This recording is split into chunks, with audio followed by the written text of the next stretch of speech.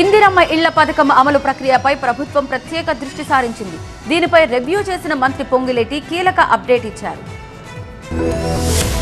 ఇందిరమ్మ ఇళ్ల పథకం అమలును రేవంత్ సర్కార్ వేగవంతం చేసింది. తొలి విడతలో 4.50 లక్షల ఇళ్లను ఇవ్వాలని ప్రభుత్వం టార్గెట్ గా పెట్టుకుంది. ఈ ఇళ్ల నిర్మాణాలను పర్యవేక్షించేందుకు 33 జిల్లాలకు 33 మంది ఎగ్జిక్యూటివ్ ఇంజనీర్ స్థాయి కలిగిన ప్రాజెక్ట్ డైరెక్టర్లను నియమించింది.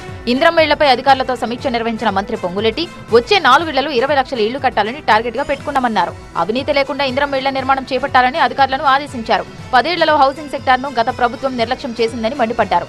సొంత స్థలము ఉన్న వాళ్ళకి తక్కువలో తక్కువ 400 చదరపు అడుగులు ఇల్లు కట్టుకోవాలి. దాంట్లో ఒక బాత్రూము, ఒక కిచెన్ ఉండాలి.